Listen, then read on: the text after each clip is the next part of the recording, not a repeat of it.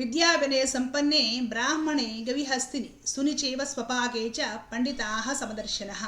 పరమాత్మ భగవద్గీతలో చెప్పిన విషయం ఇది. విద్యా వినయ సంపన్నులైన బ్రాహ్మణులను, ఆవును, ఏనుగును, కుక్క మాంసం కూడా తిని బ్రతికేవాడు ఎవడైనా ఉంటే అలాంటి చండాలులను కూడా సమదృష్టితో చూసేవాడే జ్ఞాని, లేదా సమదృష్టితో చూసేవాడే భక్తుడు, యోగి, నాకు ప్రియమైన వాడు అవుతాడు. ఈ శ్లోకము మరి మన భారతదేశంలో స్వామీజీలు అని చెప్పుకునే వాళ్ళు, బాబాజీలు అని చెప్పుకునే వాళ్ళు, చాలామంది గురువులని చెప్పుకునే వాళ్ళు వదిలిపెట్టేస్తారేమో. మనకెందుకులే, మనకి కుదరనది, మనకి మ్యాచ్ అవన్నది ఎందుకు మనం ఉపయోగించుకోవాలి, ఎందుకు పాటించాలి అనుకుంటారేమో.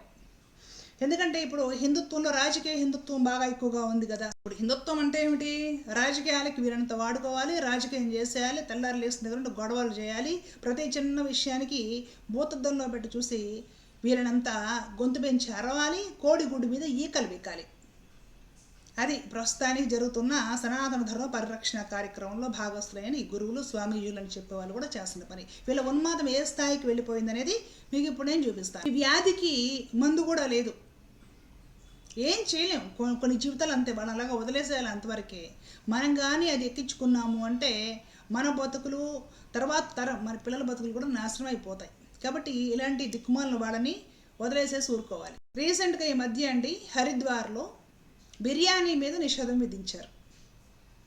పరశురామ్ అఖాడా అంట. ఆ పరశురామ్ అఖాడాకు చెందిన హిందుత్వాన్ని, ధర్మాన్ని కాంట్రాక్ట్ పుచ్చుకొని రక్షించే టేకేదారులు ఉంటారు కదా, కాంట్రాక్టర్స్. వీళ్ళు అక్కడ బండ్ల మీద, లేదంటే అక్కడ వెండర్స్ ఉంటారు కదా, హోటల్స్ కానివ్వండి, స్ట్రీట్ వెండర్స్ కానివ్వండి, బండ్ల మీద అమ్ముకునే వాళ్ళు, వెజ్ బిర్యానీ, అక్కడ నాన్ వెజ్ కంప్లీట్గా ఉండదు. ఎందుకంటే నేను రాయవాల క్యాంటన్మెంట్లో ఆర్మీలో పెరిగిందని మీకు తెలుసు కదా. హరిద్వార్ నుంచి రిషికేశ్ వెళ్ళేదారో రాయవాల క్యాంటీన్ అవుతుంది అనమాట. నేను అక్కడ చాలా సంవత్సరాలు ఉండదాన్ని చదువుకునేటప్పుడు, సో నాకు తెలుసు. అక్కడంతా వెజిటేరియన్ ఫుడ్ ఉంటుంది, గంగామాత ప్రవహిస్తూ ఉంటుంది. నేను కూడా చిన్నతనంలో కొన్ని వందల సార్లు గంగా స్నానం చేసిన దాన్ని. అయితే అక్కడ వెజ్ బిర్యానీ అనేసి రాసి ఉంటుంది కదా, దాంట్లో ఆ బిర్యానీ అనే పదం అంట ఈ పరశురామ్ అఖాడాకి చెందిన ఈ హిందువులకి, హిందుత్వ పెద్ద మనుషులకి చాలా ప్రాబ్లమేటిక్గా, బాధాకరంగా అనిపిస్తుందంట. మనోభావాలు దెబ్బతింటున్నాయంట. కారణం ఏంటంటే ఈ బిర్యానీ అనేదంట పర్షియన్ పదం అంట. ఈ బిర్యానీ అనే పదము ఇక్కడ ఎందుకు వాడాలి? పైగా ఈ బిర్యానీ అనగానే చాలామందికి ఈ మాంసంతో కూడిన, అంటే నాన్ వెజ్, చికెన్ లేదా మటన్ బిర్యానీ అని ఉంటాయి కదా, అవి గుర్తొస్తాయంట. ఆ విధంగా అంటే ఇక్కడ పవిత్రత చెడుతుందంట. కాబట్టి బిర్యానీ అనే పదం మన మతానికి సంబంధించింది కాదంట. ఆ పదాన్ని తొలగించేసి veg biryani place veg pulao అని రాయాలంట. పలావ్ అనేది మాత్రము మన మతానికి సంబంధించిందేనంట. ఇంకానంట పలావ్ అనే పేరంట మహాభారతంలో ఉందంట. వీళ్ళ ఉన్మాదానికి ఇప్పుడు మహాభారతము, రామాయణం కూడా పాలు పంచుకోవాలి. వీళ్ళ ఉన్మాదులు అంటే ఆ పవిత్ర గ్రంథాలను కూడా ఈ ఉన్మాదులు వదలరు. మతం పేరుతో మంటలు పెట్టడానికి వీళ్ళందరూ తయారవుతారు. కానీ ఈ ఉన్మాదులకి ఇదిగో చూడండి, ఈ పచ్చ నోటు ఉంటుంది చూసారా, గాంధీ తాత బొమ్మ వేసిన ఈ నోటు మీద ఇక్కడ 100 అని రాసిందే.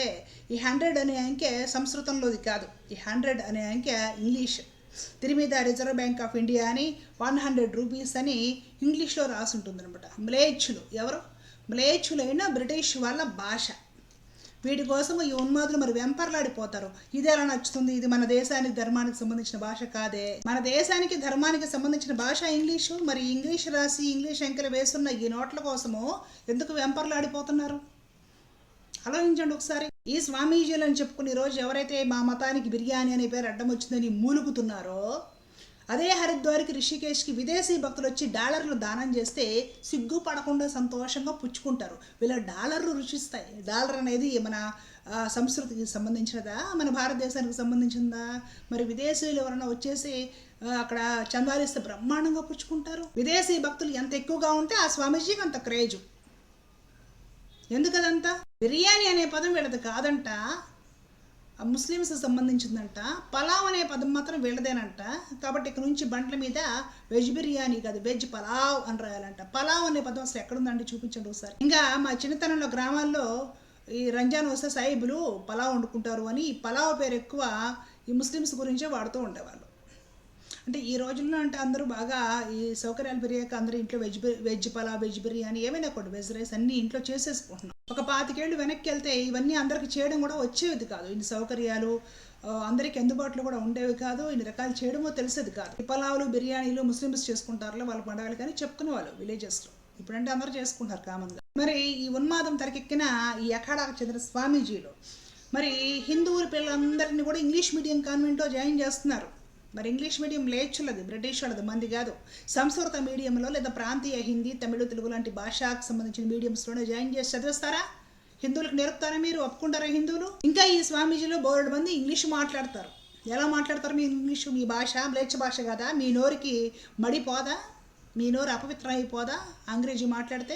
ఏ స్వామీజీలో బోర్డు మంది విదేశాలకు వెళ్ళి ఆఫర్ వచ్చేసి శుభ్రంగా ఢిల్లీ ఎక్కి ఢిల్లీ ఫ్లైట్ ఎక్కేసి విదేశాలకు వెళ్ళిపోతారు. అక్కడ నుంచి డాలర్లు తెచ్చుకోరు విదేశీ భక్తుల దగ్గర నుండి. విదేశాలకు ఎందుకు వెళ్తున్నారు? అది మీ బాతృభూమి కాదు కదా. వీళ్ళ ఆశ్రమాల్లోనూ గుళ్ళల్లోనూ పెట్టుకునే బోర్డని దేవతా విగ్రహాలు అలీగఢ్, మొరాదాబాద్లో ముస్లింలు తయారు చేసినవే. మొత్తం ఇత్తడి పరిశ్రమ, రాగి పరిశ్రమ, ఈ బ్యాంగిల్స్ ఇండస్ట్రీ. ఎవరైతే ఇప్పుడు మన 5వ తనం కోసము, భర్త కోసము, మనం సుమంగళిగా ఉండటానికి ఇక్కడ నుంచి ఇక్కడ వరకు మనం గాజులు అవన్నీ వేసుకుంటాం కదా, ఫ్యాన్సీ బ్యాంగిల్స్. మరి గాజుల ఇంట్రెస్ట్ 70-80% ముస్లిం సోదరుల కిందే ఉంది. వాళ్ళు తయారు చేస్తుంటేనే మనం వేసుకొని అలంకరించుకొని ఉంటున్నాం. వాళ్ళు తయారు చేస్తున్న విగ్రహాలు మనం గుళ్ళలో పెట్టుకుంటున్నాం, పూజించుకుంటున్నాం. నారాయణుడు, నా కృష్ణుడు అనేసి ప్రేమించుకుంటున్నాం. బిర్యానీకి మాత్రం అడ్డం వచ్చేస్తుందంట. అవన్నీ కూడా బయటపడేయండి. అంటే వీళ్ళ మతోన్మాదము ఏ స్థాయికి వెళ్ళిపోతుందో చూడండి.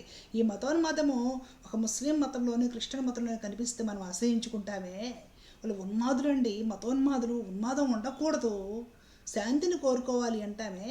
మరి అదే మతోన్మాదం మీరు ప్రదర్శిస్తే అది ఎలా కరెక్ట్ అయిపోతుందో నాకు అర్థం కావట్లేదు. ఇదే నేను క్వశ్చన్ చేశాను.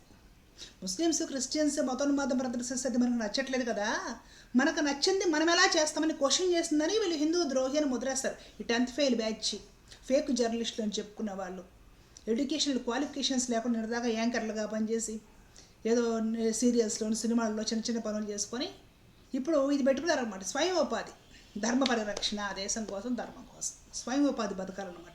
ఈ బేవర్స్ బ్యాచ్ డిసైడ్ చేస్తారు ఎవరు హిందువులు, ఎవరు ఒరిజినల్ హిందువులు, ఎవరు నకిలీ హిందువులు. ఒక పని ఎదుటి వాళ్ళు చేస్తున్నది మనకు అసహ్యంగా అనిపిస్తున్నప్పుడు అలాంటి అసహ్యమైన పనులు మనం ఎలా చేస్తాము? చేస్తే వాళ్ళకి మనకు తేడా ఏంటి? అప్పుడు అందరి గురించి మాట్లాడతాను నేను, దాంట్లో తప్పేముంది? ఈ బేవర్స్ బ్యాచ్ ఏమంటారంటే మన వాళ్ళు ఎన్ని దరిద్ర పనులు చేసినా కూడా దాన్ని కవర్ చేశారు, నోరెత్తకూడదు, ఎంతసేపు ఉన్న పక్క మతాల మీద వెళ్ళి పడిపోవాలి, పడి ఎంత గొడవ చేస్తే, ఎంత రచ్చ చేస్తే అంత కట్ర హిందువులు అనిపించుకోవాలి. ఇలాంటి రచ్చలు చేసేసి కట్ర హిందువులు అనిపించుకొని పోయి భగవంతుడికి నా మొహం చూపించలేను కదా. ధర్మం, అధర్మం అనేవి 2 ఉంటాయి. ధర్మంగా ప్రవర్తిస్తే ఎవరైనా మెచ్చుకోవాలి, అధర్మంగా ప్రవర్తిస్తే మన వాళ్ళైనా సరే నిలదీసి అడగాలి. అది కదా పద్ధతి. వీళ్ళు అలా కాదనమాట. మనం ఎన్ని వేద పనులు చేసినా మనం ఎవరెత్తకూడదు. అదే ఎదుటోడు వేద పని చేస్తే మాత్రమో పెద్ద గొంతేసం గొడవ చేసేయాలి. అదే హిందూయిజం. బిర్యానీ అనే పేరంట వీళ్ళ మనోభావాలను దెబ్బతీస్తుందంట. హరిద్వార్, రిషికేశ్ లాంటి మతపరమైన తీర్థయాత్రా స్థలాలలో ఆ పేర్లు ఆడకూడదంట. వీళ్ళ పవిత్రత దెబ్బతింటుందంట. మరి మహాపవిత్రులు కదా వీళ్ళు. నా దృష్టిలో వీళ్ళందరూ దిక్కుమాలిన వాళ్ళు, పనికి మారిన వాళ్ళు. భగవంతుడు ఏం చెప్పాడు భగవద్గీతలో కనీసం అర్థం చేసుకోవడానికి ప్రయత్నం కూడా చేయని ఏబ్రాస రకాలు మొత్తం ఈరోజు స్వామీజీలు, బాబాజీలు అని తయారవుతున్న నకిలీ స్వాములు, నకిలీ బాబాలు వీళ్ళంతా. రాజకీయం కోసము ఒక మతాన్ని వాడుకుంటూ కలహాలు సృష్టిస్తున్నారు వీళ్ళు. మతానికి రాజకీయ రంగు పులిమేసి ఇదే అసలైన మతం వేసేసి పబ్లిక్ చూపించే ప్రయత్నం చేస్తున్నారు వీళ్ళు. తద్వారా సమాజంలో ఎవరికి శాంతి లేకుండా వద్దు. ప్రతి చిన్న విషయానికి గుడ్డు మీద వెంట్రుకలు పీకాలి. పిల్లలు లెగిస్తే ఈ బ్రిటిష్ వాడు ఇంగ్లీష్ మాట్లాడాలి. మనము ఎంత మాట్లాడితే అంత కల్చర్ ఉన్నట్టు మనకి. బిర్యానీ అనే పదం వాడితే మాత్రం మనము అపవిత్రులమైపోతామా, భ్రష్టు పట్టిపోతామా? ఇలా చెప్పేవాళ్ళు ఎక్కువ గోమాంసం కూడా, బీఫ్ కూడా తింటున్నారు. బయటకు వచ్చి మరలా మేము పతివ్రతలమై శుద్ధ పూసలం. ఎందుకు ఈ నాటకాలు? బీఫ్ ఎక్స్పోర్ట్ చేస్తున్న వాళ్ళలో ఎక్కలేనంతమంది హిందువులు ఉన్నారు. ది హిందూ, డక్కన్ క్రానికల్ లాంటి పెద్ద పెద్ద నేషనల్, ఇంటర్నేషనల్ లెవెల్ మ్యాగజైన్స్లోను, పేపర్స్లోను కంప్లీట్గా డీటెయిల్స్తో సహా పోలీసులే బయటపెట్టిన కథనాలు బొచ్చులు ఉన్నాయి. ఎన్నాళ్ళు వేరే మతాల మీద నోరేసుకొని పడిపోమంటారు? మనం సరిగ్గా ఏడిస్తే కదా. ఈ మాటలు మాట్లాడిన వాళ్ళు హిందూ ద్రోహులు అనుకుంటే పర్వాలేదు, ఇబ్బంది ఏం లేదు. భజనలు కాదండి కావాల్సింది, సన్మానాలు సత్కారాలు కాదు. సమాజాన్ని తీర్చిదిద్దుకోవాలి, తర్వాత తరాన్ని స్ట్రాంగ్గా తయారు చేసుకోవాల్సిన బాధ్యత సమాజం మీదే ఉంది. అందుకోసం అన్ని మతాల వాళ్ళు కృషి చేయాలి. జై హింద్.